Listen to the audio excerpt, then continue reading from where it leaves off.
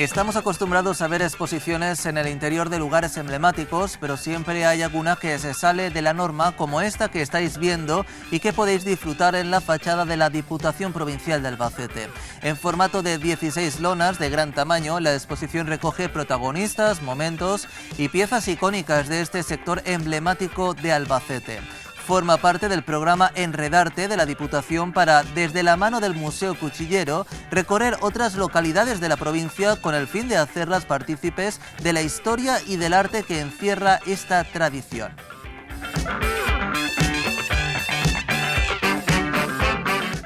Bienvenidos, espero que estéis ansiosos de ocio y cultura. También os quería comentar en este programa que el concierto pedagógico Toca la Banda se reinventa este año y ya está disponible en formato digital para que lo disfrute quien quiera.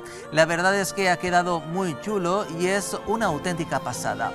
Lo podéis ver a través del canal de YouTube de la Banda Sinfónica Municipal de Albacete.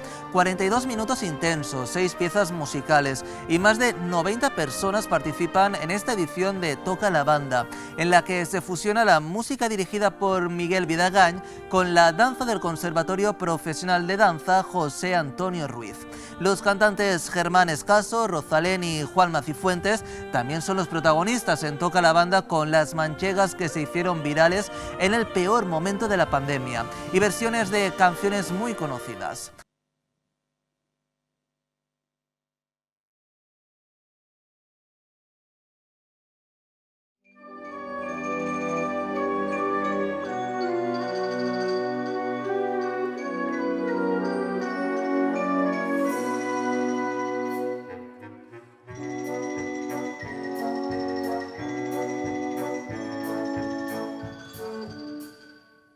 No ha habido suerte.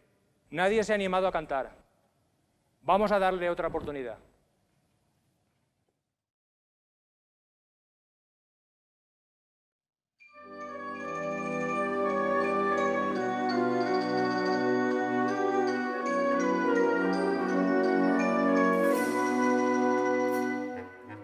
Pasa de 300 años y aquí está, cansada de cerrar. Pero tras la muralla está su hogar, su mundo y su lugar. Cree que la puerta de hierro solo es un trozo de metal, algo que nunca puede detener la fiesta en mi ciudad.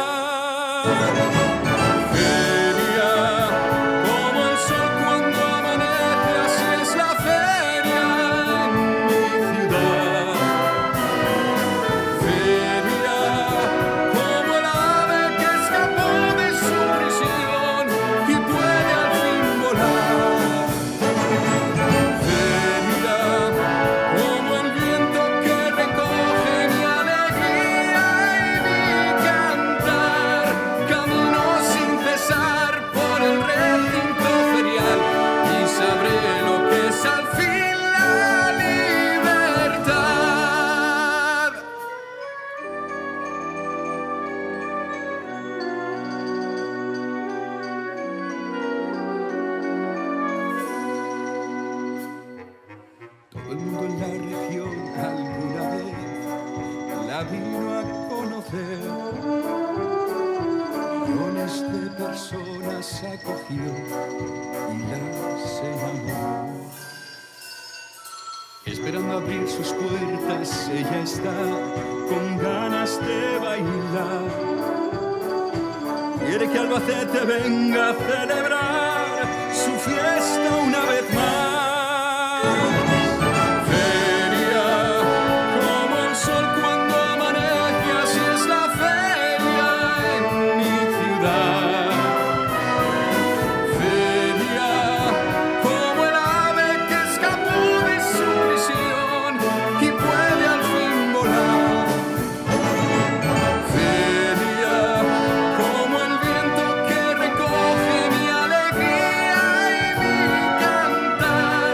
Camino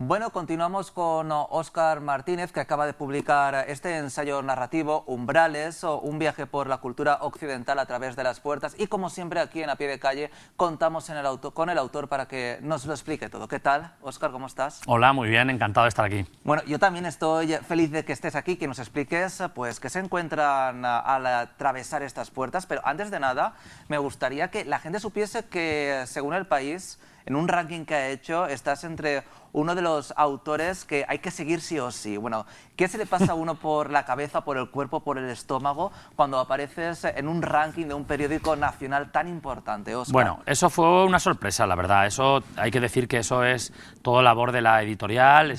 Pues por suerte he tenido la inmensa fortuna de publicar con Siruela, que es una editorial muy potente a nivel nacional, dentro de, sobre todo de, bueno, a todos los niveles, porque en Siruela tiene una serie de novela negra espectacular, también de no ficción, bueno. Y bueno, pues un día me llamó Elena Palacios, que es la redactora de prensa, la responsable de prensa de Siruela, y me dijo, te va a llamar Pello Riaño, que es un periodista del País, para hacerte una pequeña pieza para Babelia, y dije, bueno, perfecto. Y vamos, a los 10 minutos me llamó. Y luego, pues al día siguiente, porque fue una cosa rapidísima, pues salió en un pequeño artículo. Y bueno, pues encantado, imagínate, aparte era un mes y medio, casi 2 meses antes de que el libro se publicara, lo que significa sobre todo que la editorial apuesta por el libro, y yo encantado, no puedo decir otra cosa. Yo solo tengo palabras de agradecimiento para Siruela por cómo está apostando por el libro, y bueno, pues fue sorprendente, evidentemente. Lo que pasa es que, claro, te empieza a preguntar la gente, pues claro, creen que el libro ya está en la calle, el libro estaba terminado, pero desde el punto en el que, o desde el momento en el que un libro está terminado hasta que el libro está en las librerías, pues pasan unas semanas, y fue un poco unos momentos de que el libro todavía no está, que el libro le faltan unos días. Pero bueno, fue una sorpresa fantástica y un impulso para el libro, claro. Bueno, pero no eres nuevo en la literatura, porque yo no te ubicaba en los ensayos narrativos, sino también en otro tipo de géneros, ¿no? ¿Qué ha pasado para pasarte al ensayo? Bueno, yo realmente lo que más he publicado ha sido investigación. Yo soy miembro del Instituto de Estudios Albacetenses y he publicado con ellos 2 libros y varios artículos sobre historia del arte y de la arquitectura en la provincia. Y luego, bueno, pues ya desde un punto de vista un poco más, pues no sé, de entretenimiento, pues he hecho algún relato, que he presentado algún concurso y también algún libro infantil. Y bueno, pues esto ha sido un poco pues una sorpresa para mí, realmente. Es un proyecto que uno empieza a escribir un libro de este tipo sin saber cómo se va a publicar, o si se va a publicar, o si tendrá que incluso que recurrir a la autopublicación, que es una opción. Lo que ocurre es que, claro, la autopublicación pues te hace que sea muy difícil la distribución. Al estar con Siruela, pues la distribución es nacional y en ese sentido pues no tienes que preocuparte. Pero bueno, fue también, bueno, circunstancias vitales, pandemia, confinamiento, se reunieron muchas cosas para decidirme a embarcarme en el proyecto, un proyecto que llevaba ya tiempo llevando a cabo en mi cabeza, y materializarlo y convertirlo en un libro. Por cierto, Óscar, que estoy diciendo que Umbrales es un ensayo narrativo, y normalmente la gente, cuando hablas de ensayo narrativo o ensayo, siempre le viene a la cabeza como algo muy científico, algo muy técnico, y nada más lejos de la realidad. Es un género pues muy cercano y muy digerible, ¿no? Sí, y más como lo has hecho tú, cómo lo has planteado en Umbrales. Sí, por supuesto. Yo, una de mis obsesiones cuando me planteé el libro fue eliminar cualquier elemento académico. De hecho, también el propio editor, Julio Guerrero, lo primero que me dijo cuando leyó el manuscrito y ya decidió que se publicara, fue que eliminara cualquier referencia, como te digo, didáctica o pedagógica. Me dijo, se nota mucho que eres profesor, que quita todas esas expresiones, como veremos más adelante, como ya vimos. Las coletillas esas. Las coletillas, quítalas. Se tiene que leer de manera fluida, se tiene que leer no como una novela, porque no es una novela, pero yo tengo que decir a cualquiera que aborde el libro que se va a encontrar un texto híbrido. Hay literatura de viajes, hay reflexiones personales, también hay pequeños fragmentos de ficción, porque yo hago una especie de como micronovelas históricas o microrelatos históricos para ambientar cada uno de los umbrales. Evidentemente hay ensayo en el sentido de que yo pues explico un poco cómo son las diferentes puertas, y todo eso intento que cada capítulo sea autoconclusivo. Cada capítulo pues tiene un planteamiento, un nudo, un desenlace, son como pequeños cuentos. Y yo, mi obsesión, como te digo, es que no haya ninguna palabra incomprensible, no hay ni una sola nota a pie de página, hay una bibliografía al final del libro, pero absolutamente, digamos, superflua para quien no quiera. O sea, que mi obsesión era hacer una cosa absolutamente digerible, comprensible y que sea otra manera de afrontar la literatura. Te lo comentaba fuera de antena. El mundo del documental audiovisual, ¿no? Hace años asociábamos el documental pues, a Informe Semanal, a Documentos TV, ¿no? Como Viernes por la Noche, decir, La 2, Televisión Española, madre mía. Y ahora mismo pues, ha habido documentales en Netflix, en otro tipo de plataformas que han sido auténticos éxitos de audiencia. Bueno, ¿por qué no? ¿Por qué no un documental te puede atrapar? ¿Por qué no un ensayo te puede atrapar? Es la idea. Bueno, vamos al meollo del asunto, porque Venga. ya has adelantado alguna cosilla. ¿De qué trata Umbrales concretamente? Umbrales es una especie de libro de viajes a través de 22 puertas monumentales principalmente Europa y el norte de África, puertas monumentales de edificios muchos muy conocidos, monumentos, edificios históricos, otros no tanto, y una coda, una conclusión que es la puerta de mi piso aquí en Albacete, donde yo pasé el confinamiento. Entonces, cada una de esas puertas es una excusa para hablar de simbología, mitología, historia, filosofía, religión, curiosidades, es un poco esa la idea. Cada puerta es un pretexto. La cuestión es cruzar ese umbral, ¿no? Y a partir de ahí cuentas una historia y cuentas la historia que envuelve a ese umbral para que la gente lo entienda, ¿no? Y es más, a veces cuento cosas que aparentemente no tienen nada que ver con el umbral. Mi idea era, pues eso, que el lector se viera un poco incluso sorprendido por cada uno de los textos. Hay textos en los que empiezo a hablar de arte románico, acabo hablando de superhéroes, de emoticonos, de fotografía, todo mezclado. La idea es un poco que haya una sorpresa en cada, no te digo cada página, pero cada poco tiempo. Te aseguro que cada pequeño capítulo tiene varios géneros y la idea es un poco eso. Al final, dicho así de una manera un poco, ¿no?, de andar por casa, yo hablo de lo que me apetece con cada umbral. Yo tengo unas ideas, unas historias, unos relatos que quiero contar y las puertas a veces son una excusa para poder hablar de eso. Y bueno, como digo, pues un umbral a 22 historias, son como 22 cuentos. Eso, más o menos 20 umbrales, 22 umbrales que vamos a conocer en este libro. Umbrales, un viaje por la cultura occidental a través de sus puertas. Pero ¿cuál es el umbral a lo mejor que más va a sorprender al lector? Eso es imposible de decir. Bueno, pero para ti, Óscar. Vamos a ver, para mí.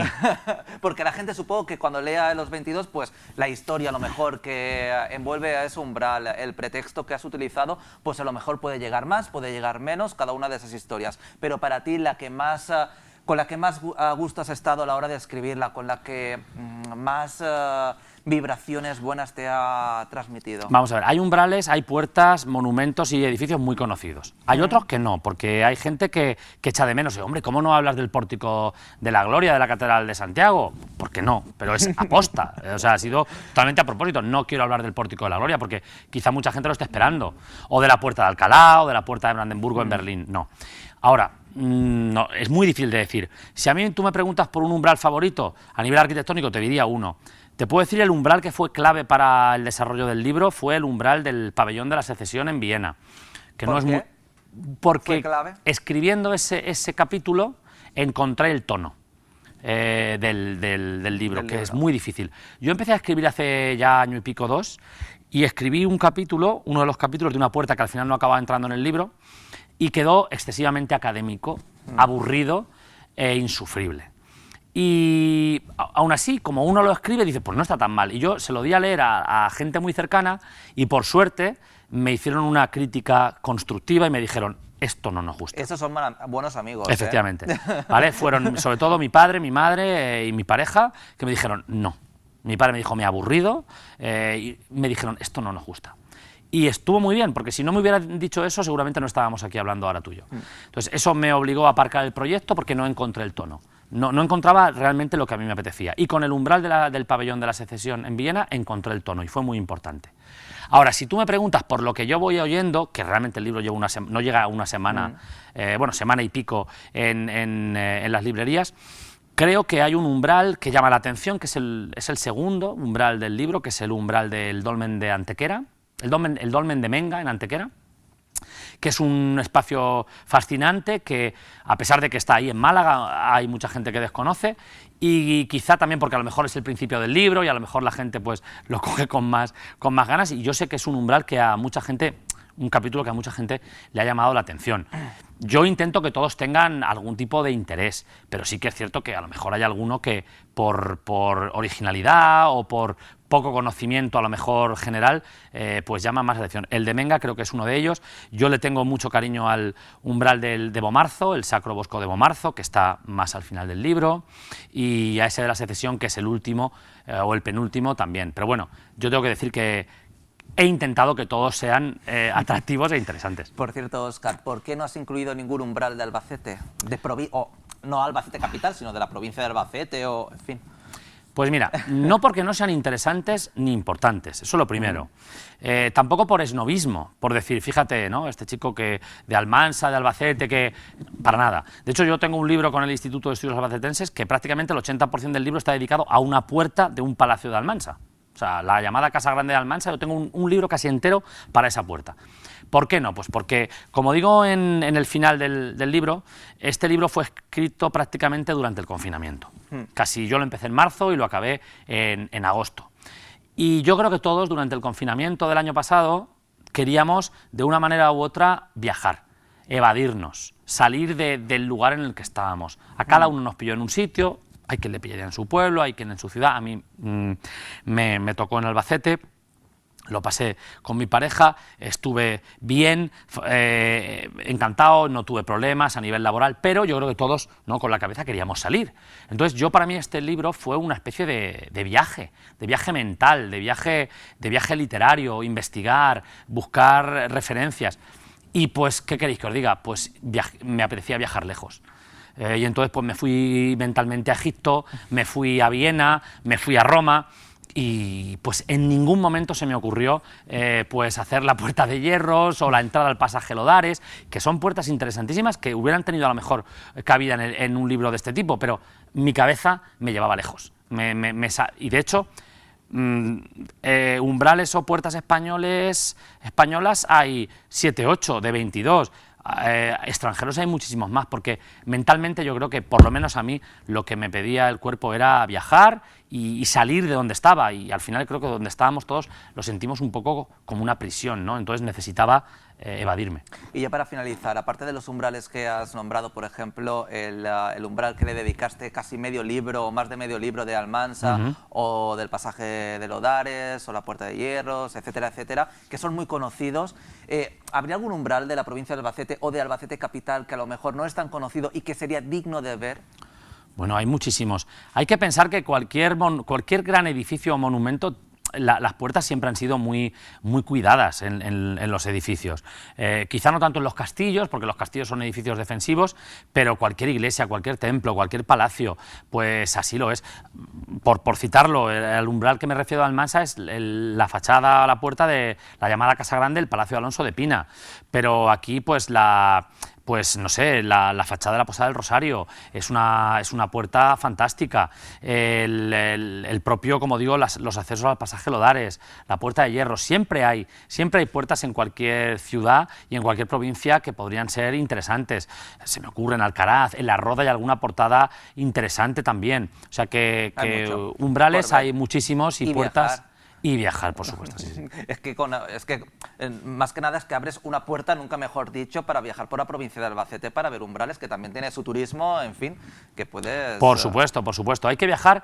Cualquier viaje es interesante, cualquier viaje es enriquecedor. Sí que es cierto que quizá este libro propone o plantea unos viajes... Exacto, un poco más largos, ¿de acuerdo? Pero vamos, que pero por puede supuesto, abrir el gusanillo. Por supuesto. Mi intención, de hecho, el subtítulo del libro es Un viaje porque yo, para mí, este libro me lo he planteado y me lo planteo o intento que la gente lo lea como un libro de viajes y como una invitación a moverse, a salir cuando podamos. Bueno, ahora podemos movernos en un ambiente más cercano y a viajar y a salir de nuestra zona de confort y a utilizar el tiempo libre para eso, porque el viaje enriquece y el viaje es conocimiento. Óscar Martínez, muchísimas gracias por estar aquí hoy A en A Pie de vosotros. Calle y por presentar Umbrales. Que A tengas vosotros. mucha suerte. Muchísimas gracias. Bueno, pues ya sabéis, Umbrales de Óscar Martínez, un viaje por la cultura occidental a través de sus puertas. Ya está disponible en las librerías de Albacete y os podéis acercar, por ejemplo, a la Librería Popular, echarle un vistazo y comprarlo, cómo no. Nosotros continuamos con más A Pie de Calle.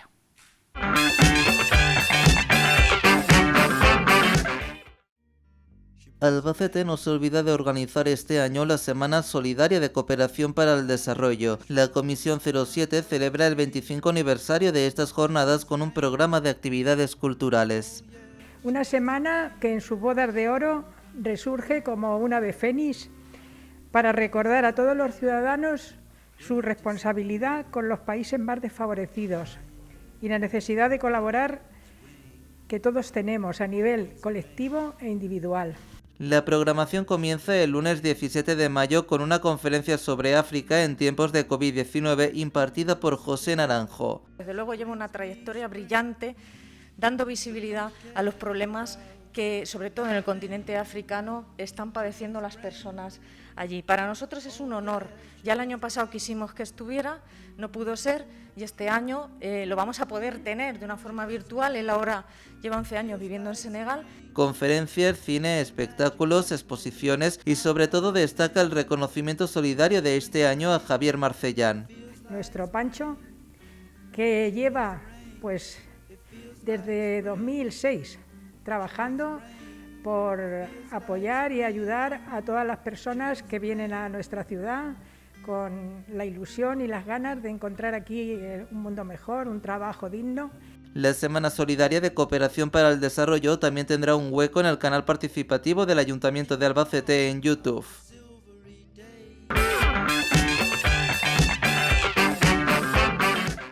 Por cierto, continuamos con una exposición que nos invita a recorrer la ciudad de Albacete a través de 45 imágenes captadas por los participantes del taller de fotografía de la Universidad Popular. La podéis ver en la Casa de la Cultura José Saramago hasta el 14 de mayo. El reto de los alumnos ha sido doble. Por un lado, preparar una selección de los 45 lugares emblemáticos y distintos de la ciudad de Albacete y por otro lado, elaborar un callejero fotográfico actualizado que puede servir de soporte visual a la producción que el Taller de Historia Local de la Universidad Popular de Albacete viene desarrollando desde hace varios cursos.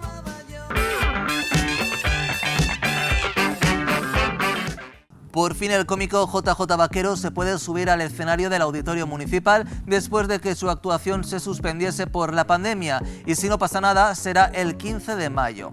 Se trata de un divertido monólogo que está llenando las salas y que ha querido bautizar con su propio apellido y nombre artístico. En este nuevo show, el cómico analiza con su sello personal la vida cotidiana, desde su familia y amigos hasta el día a día en el trabajo. El nuevo material, como es habitual, Vaquero lo ha probado en el Rincón del Erizo en Valladolid, porque el público es de confianza en esa sala y si les ha gustado, que les ha gustado, estoy seguro, pues de seguro los albaceteños que vayan a verlo se echarán unas buenas risas.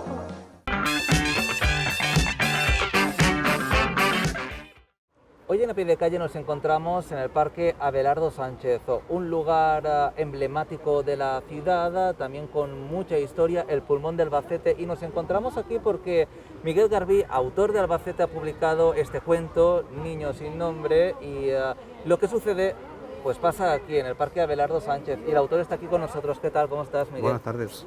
Bueno, cuéntame un poco, ¿de qué trata este Niño sin nombre, este cuento?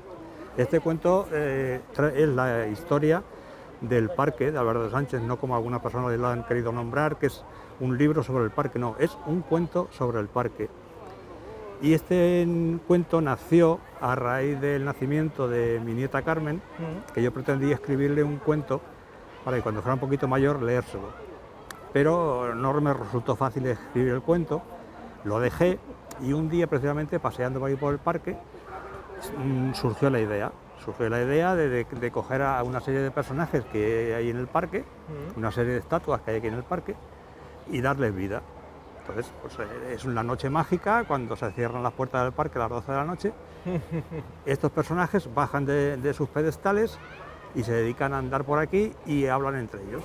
porque algunos de esos personajes, este libro también podría ser parte de la historia de Albacete, es pedagógico porque esos personajes son Velázquez, Azorín, Saturnino y Abelardo Sánchez, ¿no? Exactamente. ¿Para ti cuál de ellos es el más importante? Hombre, para mí el más importante es precisamente el que no has nombrado, que es el niño, que es una estatua que hay en una pérgola en la parte del parque que da a la avenida de España. De color azul, de para color que la gente azul, se ubique. sí, sí. Está encima de una pérgola y es una estatua de Sergio Delicado, que es un escultor de Albacete, y que es el nexo de unión entre todos estos personajes que habitan en el parque, porque al fin y al cabo ellos habitan aquí en este parque.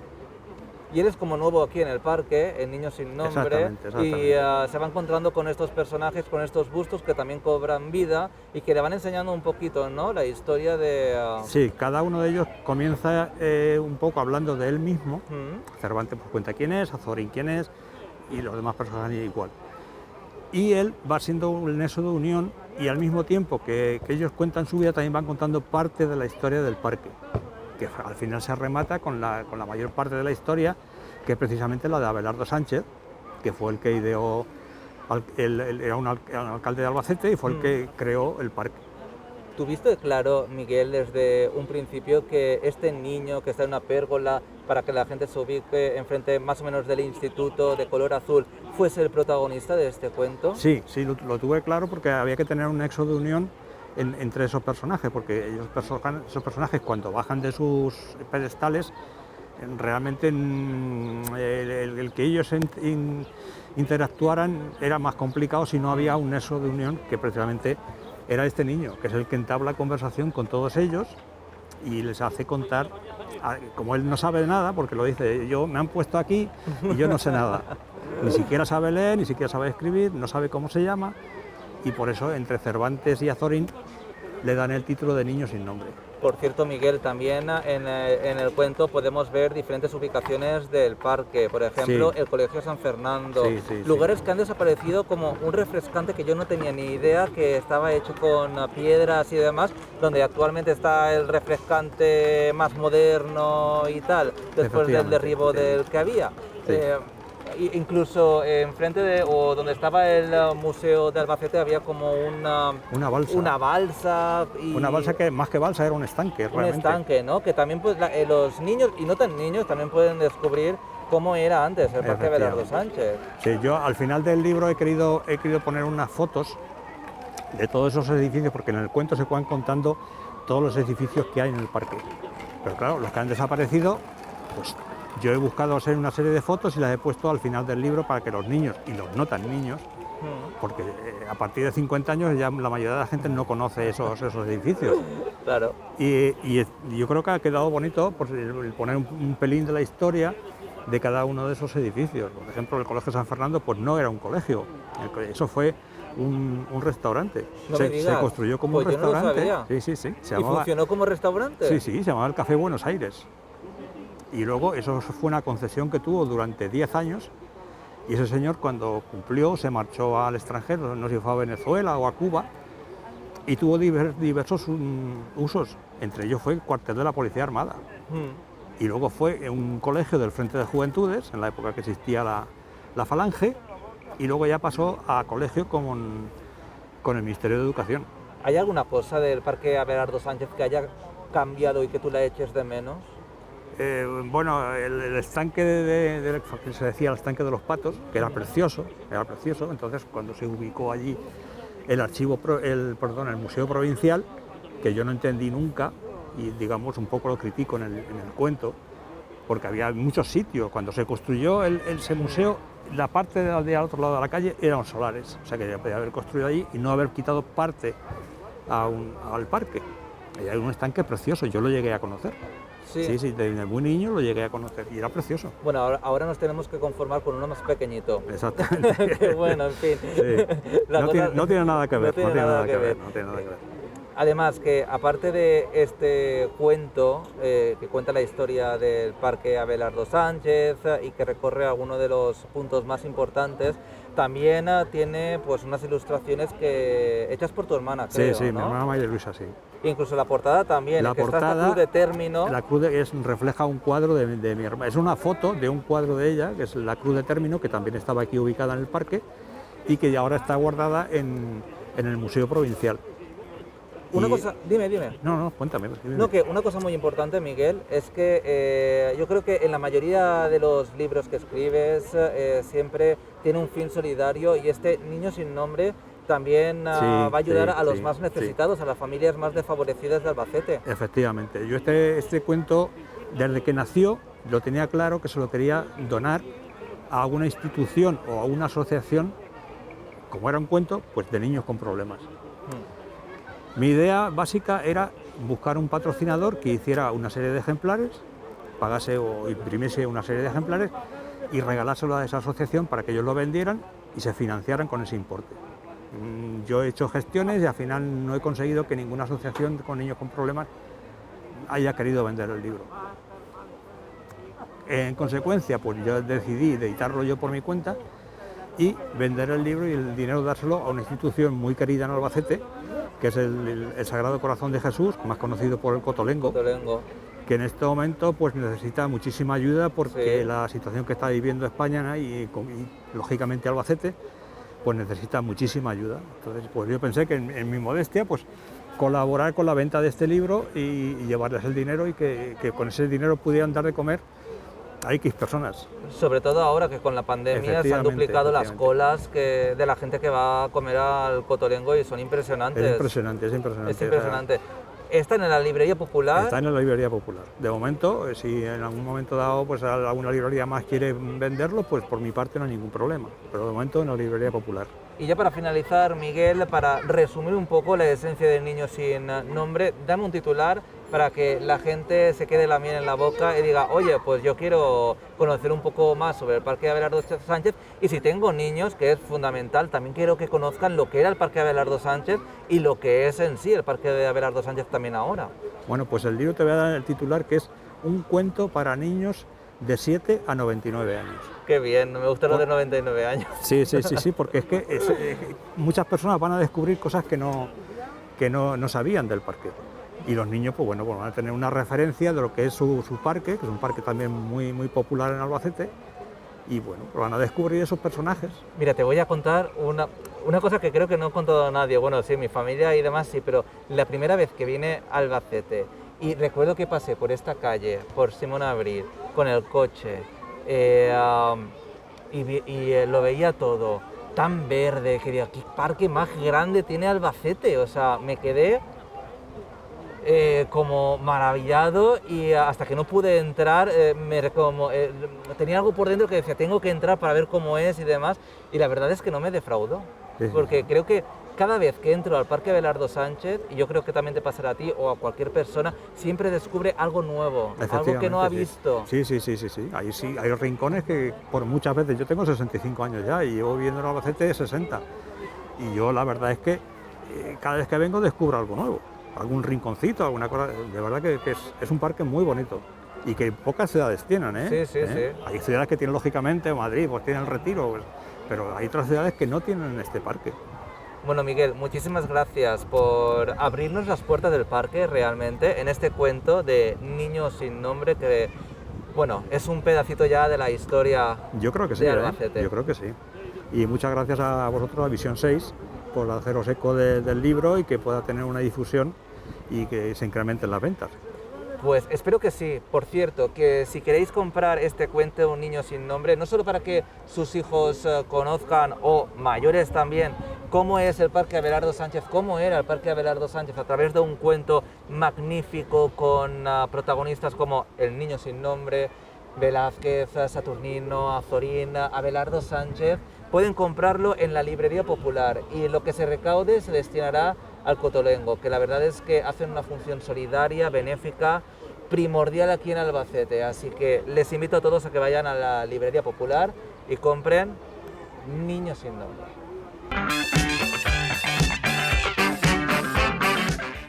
Seguro que recordáis las siguientes novelas: El secreto de Karen, La escalera sin fin, La nueva generación de vampiros Titanium. La verdad es que ya he perdido la cuenta de las novelas que ha escrito la autora albaceteña Lidia Sánchez Puertas. Y está aquí para presentarnos su nuevo trabajo, La casa venenosa. ¿Qué tal? ¿Cómo estás, Lidia? Hola, ya estoy aquí por fin en el plató. Tenía ganas. Tenías ganas porque en la última novela que presentaste, Cadenas en el cielo, la sacaste en plena pandemia, si no recuerdo mal, y solo pudimos hablar por teléfono. Sí, que no es lo mismo, quieras o no. Que no es lo mismo, evidentemente. Después te preguntaré sobre la novela porque, bueno, por teléfono evidentemente es algo más frío y tal, y me pareció curioso el argumento y que también me gustaría que la gente que nos está viendo, pues que conozca un poquito más sobre esas cadenas en el cielo. Pero hoy estás aquí para presentar La casa venenosa. Bueno, ¿qué podemos encontrar en esta casa? Porque ya el título es muy sugerente y tenebroso, aterrador, no sabría el adjetivo calificativo que pone. Tiene una mezcla.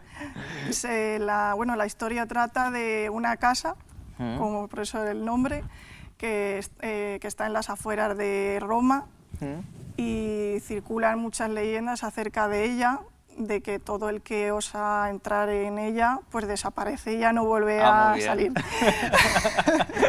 En plan, de forma macabra, en plan, bueno, cuando abráis la puerta vais a ver lo que se encontráis. Ya no salís, ya no salís vivos. Entonces, pues, los primeros en desaparecer son un padre y un hijo que ya no vuelven a saber más de ellos. Y bueno, en la actualidad sale una nieta y su hija y su abuela que van paseando tranquilamente por Roma y de repente se van alejando y salen como a un bosque que está en las afueras de Roma. Y se adentran misteriosamente creyendo que no se van a encontrar nada misterioso y al final se topan con una casa que parece que las atrae sin que ellas sepan por qué. Entonces al final deciden entrar porque resulta que se avecina una tormenta en ese momento. Hacía sol, pero de repente, no saben cómo, aparece una tormenta como que les está diciendo que tienen que meterse en esa casa para resguardarse. O sea, que quieran o no, la casa les atrae de alguna forma, ¿no? Sí, tiene algo que los atrae y las envuelve. Yo recuerdo que en La escalera sin fin estaba ambientada en Egipto, si no recuerdo, y esta casa venenosa está ambientada en Roma. ¿Has escogido Roma por algún motivo en especial? Pues porque como es otro sitio que también he visitado y me gustó mucho y dije pues... O sea, que haya una referencia, ¿no? Para la gente que ha estado en Roma y demás, puede imaginárselo perfectamente. Sí, se lo puede imaginar.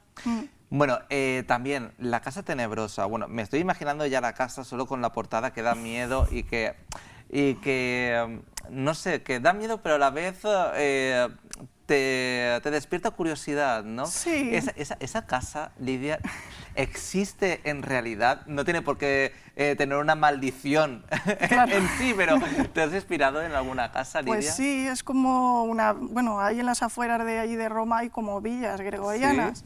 Entonces me inspiré un poco, o sea que para crearla. La casa a lo mejor no existe, pero sí que está inspirada en las casas gregorianas, las antiguas, ¿no? Sí. La abuela, la nieta, son las protagonistas. Hay un misterio anterior que era su padre y su hijo. Y su hijo, sí. Pero no son las únicas protagonistas, no. La abuela y la nieta. Hay otros protagonistas. Sí, hay otros. ¿Quiénes son? Pues... los dos que te acabo de decir, el padre y el hijo, que se los encuentran dentro de la casa. O sea, bueno, vale. Sí. Vale.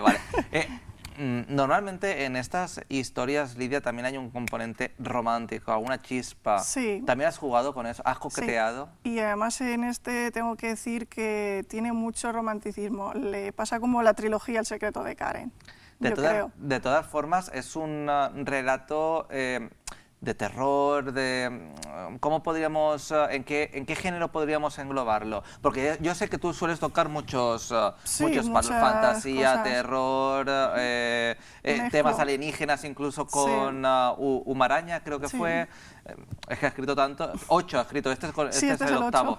¿En qué género podríamos englobar para que la gente se haga una idea? Pues fantasía, toques de terror. Oye, Quizás. publicas La Casa Venenosa con la editorial Punto Rojo. Es complicado, o sea, que una editorial confíe en una autora, supongo, ¿no? ¿Tú crees le das a Sí, Punto a ver. Rojo? Porque lo mismo que tú le das a Punto Rojo, supongo que también se lo das al lector, porque ellos se leen los Sí, libros claro. y dicen, pues sí, Lidia lo vale, y sus historias pues tienen ese enganche que se necesita, ¿no?, de la historia para continuar. Sí, para poder ¿Qué seguir. crees que le das? Tu sello personal, Lidia. Pues yo creo a lo mejor que como son muy originales las historias o algo y como mezclo un montón de géneros y luego hago cosas raras ahí Bueno, dentro raras, del raras, libro, raras. empiezo ahí a enrollar todo, vamos, lo lío y a lo mejor le choca.